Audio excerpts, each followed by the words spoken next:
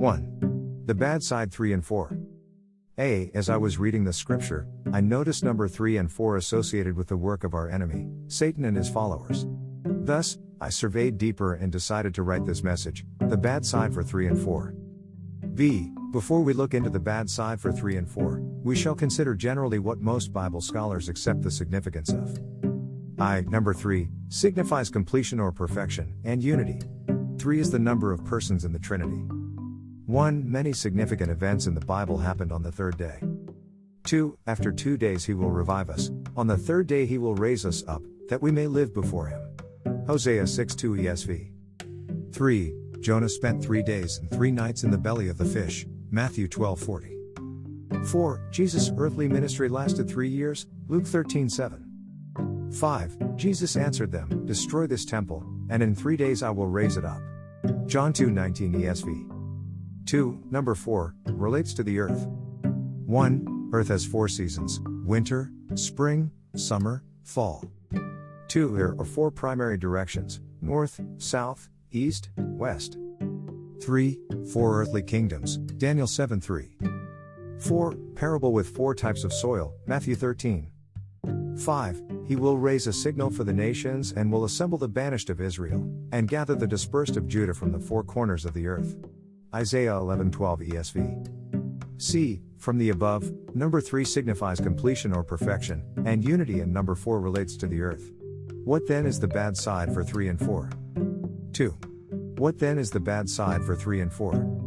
A. Our adversary, enemy, has limited power to do evils in the case of Egypt and Job. We notice that Satan and his followers are limited to 3 or 4 tries to test things in heavens, plagues, and things on earth, Job. The trials and tribulations the children of God face are only temporary. B. After 4, comes 5, which is a number associated with grace. 1. 5 Levitical offerings, Leviticus 1-5. 2. Jesus multiplied 5 loaves of barley to feed 5,000, Matthew 14:17. 3. Portions were taken to them from Joseph's table, but Benjamin's portion was 5 times as much as any of theirs. And they drank and were merry with him. Genesis 43:34 ESV. 3. What does the scripture say concerning the magicians' arts in Egypt? A. The magicians could only perform 3 magical arts and no more.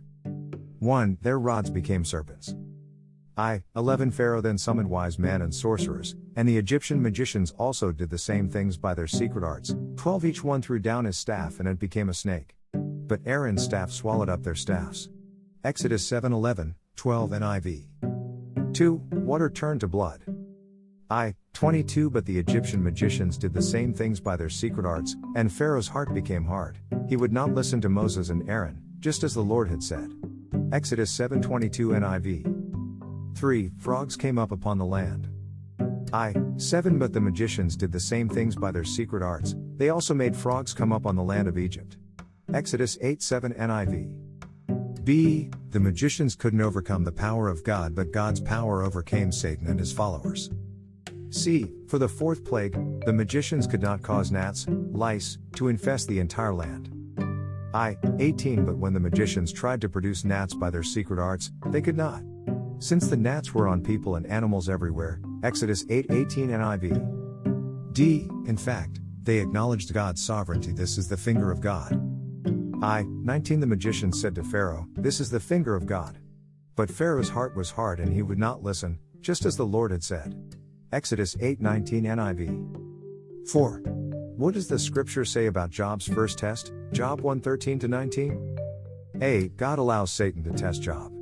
Job loses his property and children, 7 sons and 3 daughters, which is summarized in 4 incidents. Here are 4 bad reports. 1. The Sabaeans attacked and made off oxen and donkeys with them. They put the servants to the sword, v. 14:15. 2. The fire of God fell from the heavens and burned up the sheep and the servants, v. 16. 3. The Chaldeans formed 3 raiding parties and swept down on camels and made off with them. They put the servants to the sword, v. 17. 4. When suddenly a mighty wind swept in from the desert and struck the 4 corners of the house.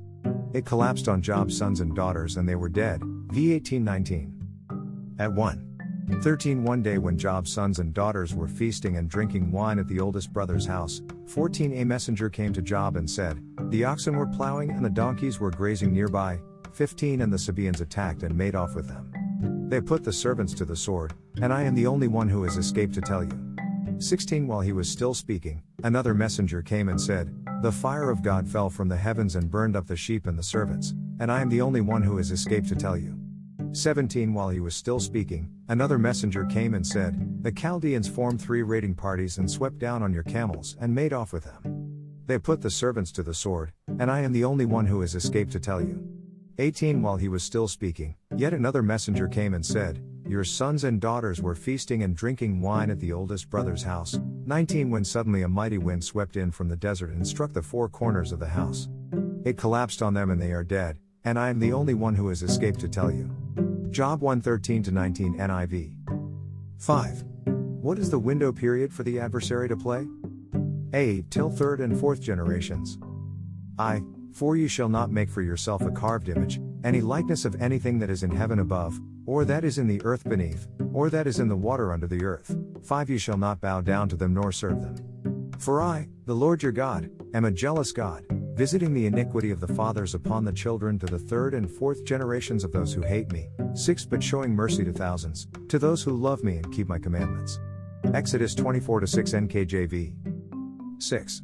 Why is it so essential for us to ensure that we live to see our 3rd and 4th generation of our godly offspring?